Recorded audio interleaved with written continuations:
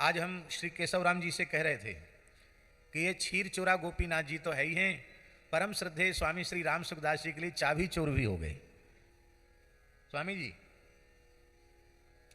स्वामी जी का सत्संग कटक में चल रहा था और वहां से स्वामी जी दर्शन करने कार से यहां आए। सवेरे चले, सत्संग करा के चले, सवेरे आ गए। यहां आने के बाद आए तो तब तक भगवान के मंदिर बंद हो गया था। अब शाम को खुलता मंदिर 4 बजे और उधर स्वामी जी के सत्संग का शाम का समय बड़ी विचित्र हो गए और गाड़ी की चाबी खो गई। आज भी वहाँ, अब तो वहाँ जाने के लिए बहुत सुविधाएं, पहले तो यातायात भी नहीं था, एक ही गाड़ी थी और गाड़ी की चाबी गुम हो गई।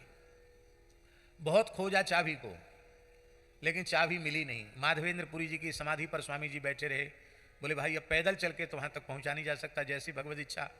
और होते होते भगवान गोपीनाथ जी का दर्शन खुल गया, उत्थापन का दर्शन खुल गया। तो मन में हुआ चलें दर्शन कर लें। गोपीनाथ जी का पूज्य स्वामी राम सुखदास जी दर्शन करके जैसे ही लौटे और गाड़ी तो बंद है, गाड़ी की चाबी खो गई। और उसी समय एक बालक आया, 10-12 साल का बालक आया और उसने चाबी को स्वामी जी को दिया। बोले लो चाबी मिल गई, लो जाओ। तो स्वामी जी का भाव हुआ कि ये बिना दर्शन, और ये बात पक्की है, यदि चाबी नहीं खोती तो स्वामी जी बिना दर्शन के ही चले जाते। तो ठाकुर जी ने कहा इतने बड़े संत बिना दर्शन के चले जाएंगे, ठीक नहीं। तो ठाकुर जी ने माधवेंद्रपुरी जी के लिए तो खीर चुराई और पूज्य स्वामी राम सुखदास जी के लिए भगवान ने चाबी चुरा ली। तो स्वामी जी कहते थे कि खीर चोरा तो है ही, हमारे लिए चाबी चोरा भी है। बोलो चाबी चोर भगवान की। और चित्त चोर तो हैं ही, सबके चित्त वित्त की चोरी करने वाले हैं। ऐसे भगवान श्री गोपीनाथ जी के चरणों में हम बारंबार प्रणाम निवेदित करते हैं। और ये श्रीधर स्वामी जी का चरित्र भी बहुत बढ़िया प्रकाशित किया गया है। ये जो रामादर्श दास जी ने जो पुस्तकें लिखी हैं, अभी वो केवल विमोचन के हिसाब से उत्सव में ले आए हैं, शीघ्र ही प्रेस में हैं और वो जब वाइंडिंग होकर के आ जाएंगी तो सबको उपलब्ध होंगी। जो चाहेंगे उन सबको ग्रंथ उपलब्ध होंगे, ऐसा है। गीतावली का स्मरण कर लें, फिर हम भक्तमाल का चरित्र कहना आरंभ करेंगे। जिन्हें किसी विशेष कार्य से जाना आवश्यक हो वे जा सकते हैं। बाबूजी आप भी उतनी ही देर, जितनी देर आप सुविधापूर्वक बैठ सकें उतनी देर आप बैठिए।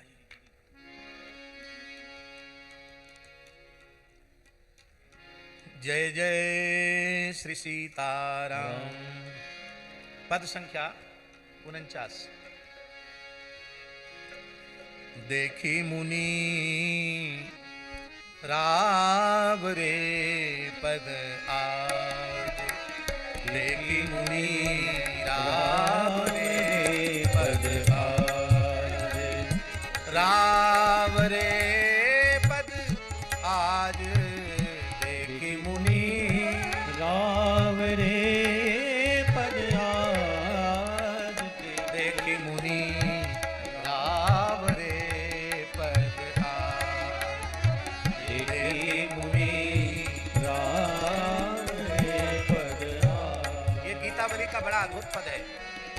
किसी संत की अगवानी करना हो, उनकी अभ्यर्थना पूजा करनी हो तो चक्रवर्ती महाराज दशरथ जी के ये भाव अत्यंत आदरणीय हैं, स्मरणीय हैं। कैसी कृतज्ञता ज्ञापित कर रहे हैं चक्रवर्ती महाराज दशरथ। हे महर्षि विश्वामित्र जी, आप यहाँ पधारे हैं, आज हमारा जीवन धन्य हो गया। देखी मुनि राव रे पद आज, देखी मुनि राव रे पद आज, भयो प्रथम गणति में अवते, भयो प्रथम गणति में अवते, ओम जहलो साधु समाज,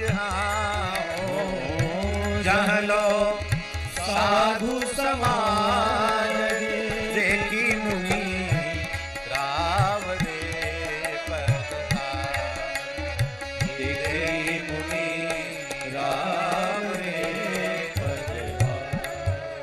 अब तक हमारी संतों में गिनती नहीं थी, आपके दर्शन करके अब संत समाज में हमारा भी नाम जुड़ गया। दशरथ जी कहते हैं इसका मतलब है जैसे भगवत साक्षात्कार प्राप्त करने वाला भगवत तुल्य हो जाता है, ऐसे ही भावपूर्वक संत का दर्शन करने वाला भी संत ही हो जाता है। आहा।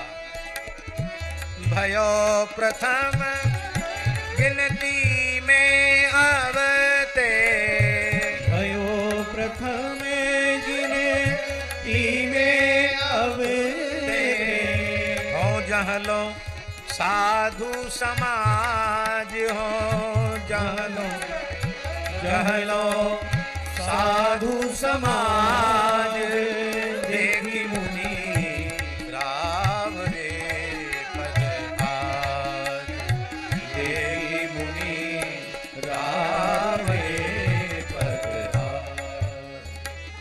चरण बंदी कर जोरी निहोरत, चरण बंदी पर जोरी निहोरत, कहिए कृपा करी काज,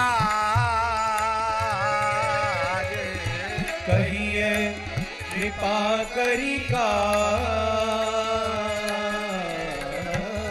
मेरे कछुना अदेय राम बिनु, मेरे कछुना अधेय राम बिन, देह गेह सब राज, देह गेह सब राग, देखी मुनि लाभ रे पद आज, देखी मुनि राम रे पद आज। क्या कहना। ये है राम जी के प्रति इतना अनुराग है दशरथ जी का, कहते राम जी को, एक राम जी को छोड़कर आप जो मांगोगे मैं सब दे दूंगा, देह गेह राज सब कुछ दे दूंगा, पर श्री राम को नहीं दूंगा।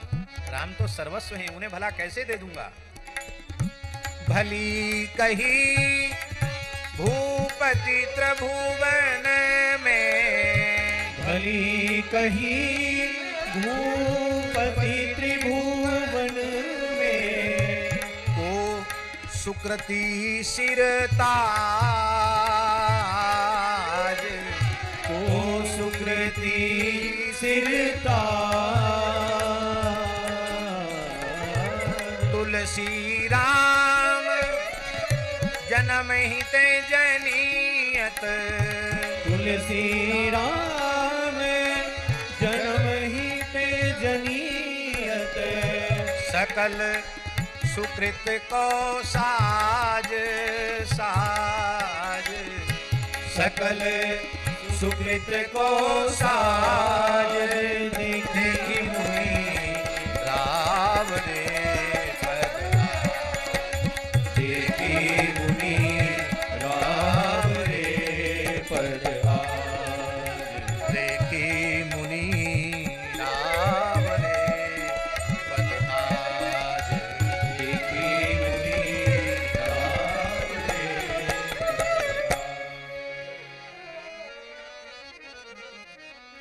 पद संख्या 50।